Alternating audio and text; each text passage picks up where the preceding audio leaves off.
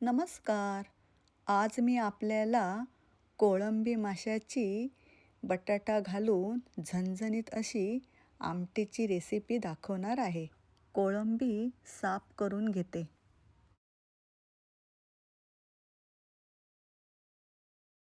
कोळंबी सोलण्यासाठी तिचं डोकं, त्यानंतर वरचं कडक कवच आणि पाय काढून घेतले पाहिजेत. आणि नंतर सुरीने कोळंबीच्या पाठीवर चीर देऊन काळा धागा बाहेर काढला पाहिजे. सर्व कोळंबी साफ करून स्वच्छ पाण्याने 2 ते 3 वेळा धुवून घेतली.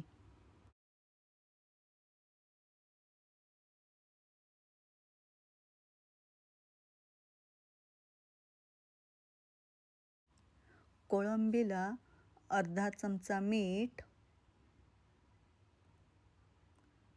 पाव चमचा हळद आणि अर्धा चमचा मालवणी मसाला लावून 10 मिनिटं मॅरिनेट करण्यासाठी बाजूला ठेवून देते. 2 बारीक कांदे चिरलेले, 1 छोटा टोमॅटो, 1 बटाटा कापून घेतलेला, ओली कोथिंबीर. फोडणीसाठी पूर्वतयारी. गरम कढईमध्ये 2 चमचे तेल टाकून कांदा छान परतून घेते.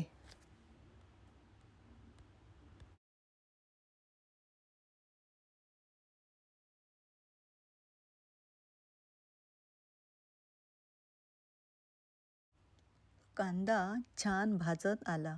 आता त्यावर टोमॅटो आणि बटाटा घालून परतून घेते.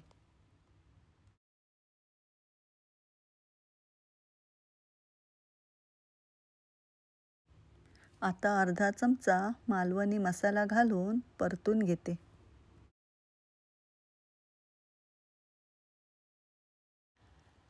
आता त्यावर ओली कोथिंबीर आणि कोळंबी घालून छान परतून घेते. चवीपुरतं अर्धा चमचा मीठ घालून घेते.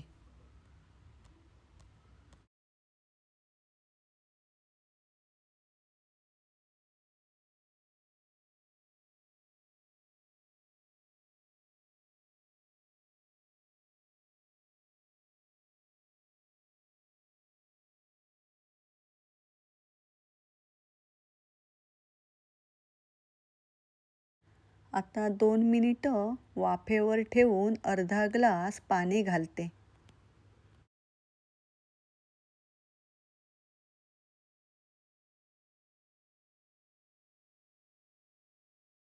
15 मिनिटांमध्ये कोळंबी आणि बटाटा छानपैकी शिजून आली.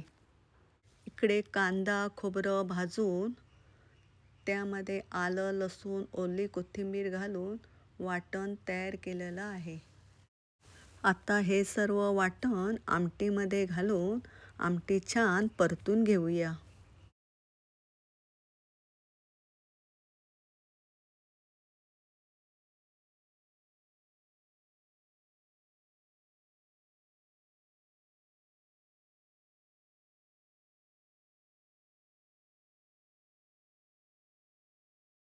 आमटीचा सुगंध पण भारी येत आहे. झणझणीत अशी कोळंबी बटाट्याची आमटी तयार झालेली आहे. ओली कोथिंबीर घालूया. रेसिपी आवडल्यास लाईक करा, सबस्क्राईब करा, कमेंट्स करा.